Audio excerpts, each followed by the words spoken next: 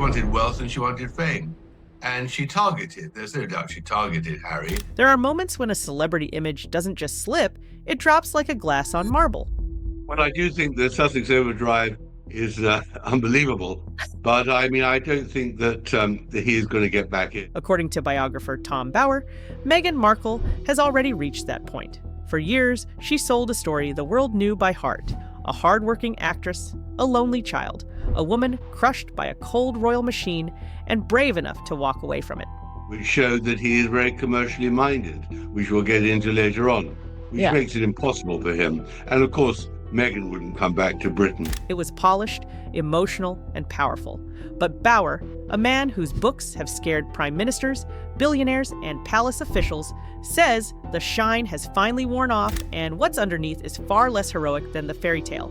Is that Meghan has got no real income anymore. She's finished. Right. The Netflix series is over. There's no great podcast. They don't generate any money. And I don't see where she is going from here. I think she has a major problem. In his latest claims, Bower doesn't sound like an angry commentator. He sounds like someone quietly laying out a case. He says Meghan didn't just stumble into trouble or get eaten alive by tabloids. He argues that she built a brand on selective truth, stretching timelines, cutting out people who helped her, shifting details when it suited her, and turning every setback into proof that she was a victim. When the world cheered for her as a working royal, she believed, he says, that they were cheering for Meghan the star. What she never fully understood was that the applause was for the crown behind her, not the Hollywood script in front of her. And once she walked away from the palace, that borrowed glow began to fade fast. Harry and Meghan on the other side, smiling and all the rest of it. Bower paints a picture of a woman who wanted three things above all: status, security, and a stage big enough for the whole world to watch. He claims she chased fame with focus, targeted Harry as the man who could unlock the next level of her ambition, and then tried to turn their royal titles into a business plan. Netflix deals, podcast contracts, lifestyle branding, political phone calls. She played every card at once. For a while, it worked. There were red carpets, front page interviews, and huge streaming numbers. But now, Bower says, the tide has turned. The Netflix series is over, the podcast is gone, Hollywood is wary, and the American Riviera orchard lifestyle brand is struggling to land. It was Meghan speaking, and now we know it's Meghan speaking again. And so this isn't because the book contains... Behind the glossy Instagram shots and careful PR, he argues, there's a deeper problem. The story she built her empire on is no longer holding. And when the story collapses, the brand collapses with it. According to Bower, that slow public unraveling has already begun, and Meghan and Harry are running out of places to hide. What makes his claims hit harder than the usual gossip is the way he works. Bower is known for coming with receipts, interviews with ex-friends and former colleagues, buried contracts, timelines that don't match the public version. He has gone after politicians, tycoons, even other royals, and he has the one thing Meghan and Harry fear most: a reputation for writing things that stand up when lawyers start reading. So when he says her carefully crafted image is cracking and her future in Hollywood and royal circles is shrinking, people listen. Her brand was in great trouble. American Riviera Orchard that she had allegedly nicked. They may not like what he says, they may argue with his conclusions, but they know one thing: he doesn't make these accusations lightly. If you listen to Tom Bower, the royal soap opera isn't really about crowns and carriages anymore. It's about money and a brand that's running out of fuel. He describes what he calls the Sussex overdrive: nonstop PR, photo ops, appearances, rumors of projects, all designed to keep Meghan and Harry in the headlines. But behind the noise, Bower says something very simple. The income streams are drying up, the Netflix series is finished, the big podcast deal ended badly. There's no hit show, no best-selling book from Meghan, no steady Hollywood pipeline.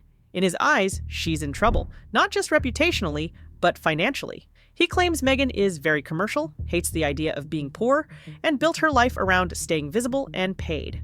The problem now, he suggests, is that the audience isn't buying like they used to. That's where American Riviera Orchard comes in, the lifestyle brand she rolled out with pretty pictures and soft focus marketing.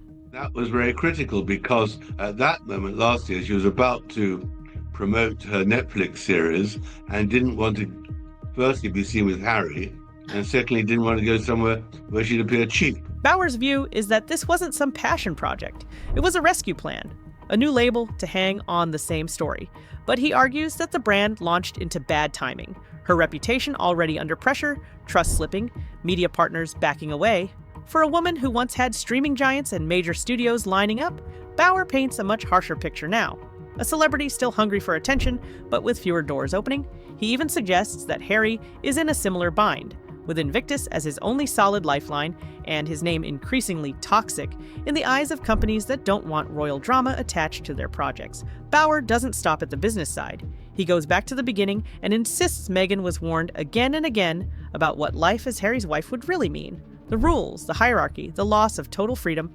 According to him, she heard it all and ignored it for two reasons. She believed she could bend the system to her will, and she never planned to stay in it for long anyway. Declining. I think that his reputation is somewhat toxic, and I think Invictus is his only lifeline. In his telling, Meghan wanted the title, the global visibility, the royal connections, then a clean exit back to California where she could cash it all in on her own terms. He even repeats claims from sources who say she was on a manhunt, deliberately seeking a partner who could take her to the next level.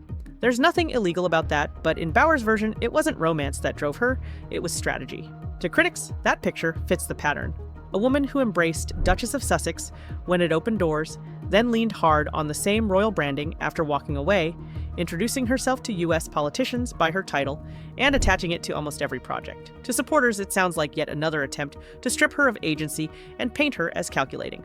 Bauer doesn't care which side you're on, he keeps. Returning to the same point. If the grand plan was to ride the royal wave into a long, lucrative career, then the plan is faltering. And in his view, Meghan is now facing the one thing she never prepared for, a world that has seen the performance, heard the tears, watched the specials, and is starting to look away. That's what she used as a weapon at the time. So there were quite a few things about her personal life. I'll work them into another book, I think. For Bauer, the clearest sign that the fantasy and the reality were pulling apart didn't come in a speech or a documentary. It came in a baby name. He says the collapse really began the day Meghan and Harry tried to turn the Queen's most intimate nickname into a brand. The name Lilibet wasn't just cute family shorthand. For decades, it was the Queen's private name, used only by her parents, Prince Philip, and a tiny circle of people who knew her best. According to Bauer, Meghan and Harry didn't treat it like something sacred. They treated it like an opportunity. He claims they registered the domain, linked to the name before the Queen even knew about it. In his telling, this wasn't just about honoring a beloved grandmother, it was a move to attach their child and their future business plans to the deepest emotional symbol the monarchy had. Then came the clash. Harry publicly insisted the Queen had given her blessing. Bauer says palace sources quietly told journalists a very different story, that no such permission was given in the way Harry described. The BBC ran with that version. Harry's team pushed back, hinting at legal action demanding apologies. But, as Bauer tells it, the palace stood firm behind the briefing and refused to back down. Meghan didn't like the surname Mountbatten Windsor. If you remember, in her first lifestyle series with Meghan with Them Forever, she says to Carling that her surname isn't Markle but Sussex. Mm-hmm. And she was desperate to get it. She said we never had a proper surname, and of course they did. For him, that was the key moment. A rare instance where the institution effectively called Harry's account into question and didn't move an inch, even under pressure. In Bauer's view, it exposed how Meghan and Harry saw the monarchy less as a family and more as a brand they could spin, package, and sell. Supporters say it was a simple misunderstanding. Bauer calls it something colder, calculated. From there, he turns to something even more sensitive, Meghan's past. Her public story has often leaned on a picture of a lonely, financially stretched childhood and a distant father. Simple meals, discount buffets, feeling overlooked. It plays well on camera, especially in emotional interviews. Bauer's research, he says, tells another story. He points to school fees, classes, and opportunities that suggest a comfortable upbringing, private education, activities, support for her ambitions. He references people close to the family who insist Thomas Markle wasn't a ghost, but a father who drove her to school, paid for lessons, and backed her early career. He also questions some of the now famous origin tales, like the soap commercial story that has followed Meghan for years, as proof of her childhood activism. Bauer says he could find no official record that the event unfolded exactly as she later described it, and claims even her father did not back the version told on television. Not telling the palace what she's going to do. And I think the most interesting story is the Reitman story. Reitman's is like a Marks and Spencer's in Canada. None of this proves Meghan is lying. Memories are messy, and people remember their own lives in different ways. But Bauer insists the pattern is there. Stories that shift, details that sharpen or soften depending on the moment, and people from her past who feel erased when they no longer match the role she wants them to play. For him, it isn't just family drama, it's branding, a life re-edited for maximum impact. And he argues that once the edits become obvious, the audience starts to question everything else she says. If there's one moment Tom Bauer keeps circling back to, it's the Oprah interview. The global confessional that was supposed to put Meghan and Harry beyond criticism is, in his view, the point where the whole narrative started to crack, not because of how it looked, visually, it was flawless, but because of what happened when people began checking the details. Bauer says he went through that interview line by line. He doesn't talk about vibes or feelings, he talks about contradictions. One of the biggest, in his eyes, was the claim that Meghan and Harry were married 3 days before the official Windsor ceremony. It was a powerful moment on camera, intimate, romantic, secret vows away from the world. But when journalists and church officials looked into it, the story fell apart. In Revenge, you talk about how Meghan's lack of knowledge about British history meant she could not understand that Diana had won the public's affection. The Archbishop later made clear there was no secret wedding before the legal one. Whatever happened in that garden, it wasn't what Meghan described. For Bauer, that wasn't a harmless mix-up.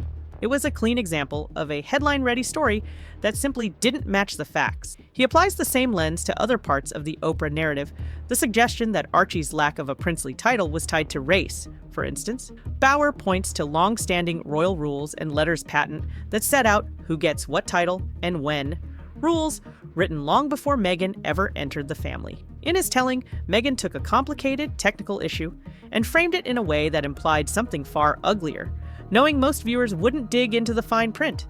Supporters argue she was describing how the situation felt from her perspective. Bauer says it was a deliberate fusion of emotion and implication that left millions with the wrong impression. Then there's the mental health claim, Meghan saying she asked for help and was turned away.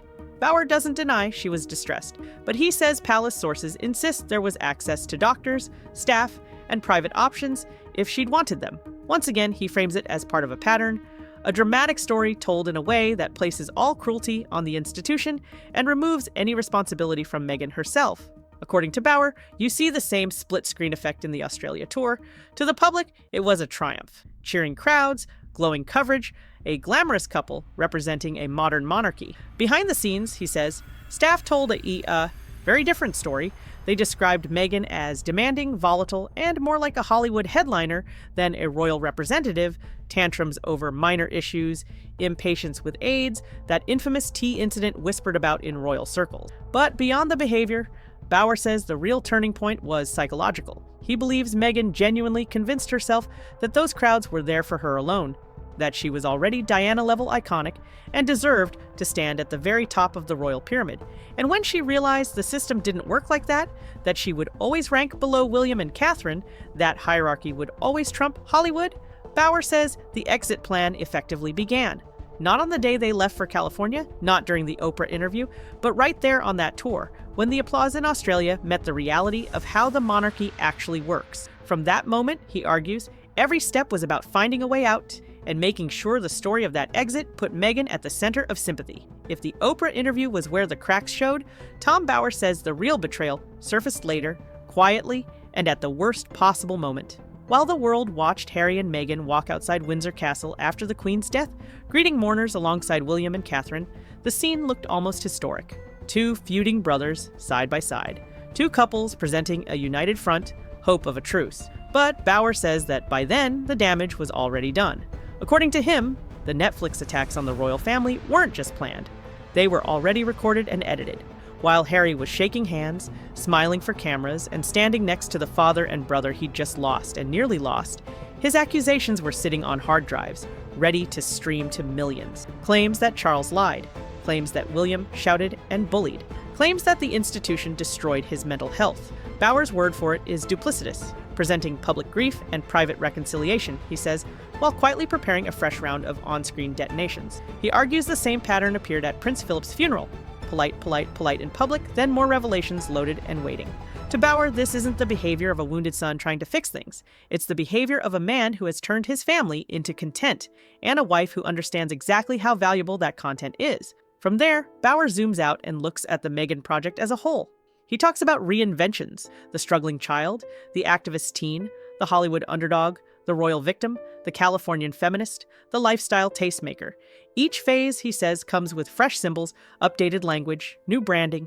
He even reports claims that Meghan and Harry approached Diana's brother about using the Spencer surname for their family, bypassing Windsor altogether, not as a tribute, he suggests, but as a way to bolt themselves directly onto Diana's legacy, the tragedy, the glamour, the global sympathy. The answer from the Spencer side, he says, was a firm no, and for Bauer, that refusal was telling. An old aristocratic family drawing a line and refusing to let its name be used as a costume in another performance. What really interests him, though, is how the outside world has reacted over time. He points out that Hollywood, once dazzled, has gone quiet. Studio bosses don't want royal fallouts on their hands. Politicians don't want to be dragged into palace feuds. Streaming platforms have pulled back. Deals have been scaled down, reshaped, or dropped.